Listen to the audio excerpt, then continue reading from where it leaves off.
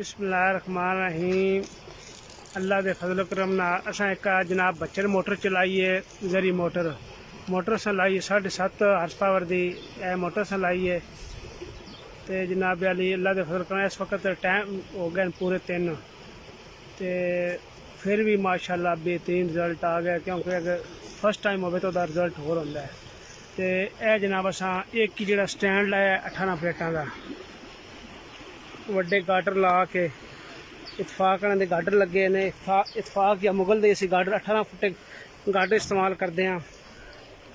तो एक स्टैंड अस 18 का जोड़ा नहीं वो बनाया, वो कोई लचक कोई लप किसी किस्म का कोई इनका मामला नहीं। 18 पैनल अस लाए वड्डे 350 वाट में।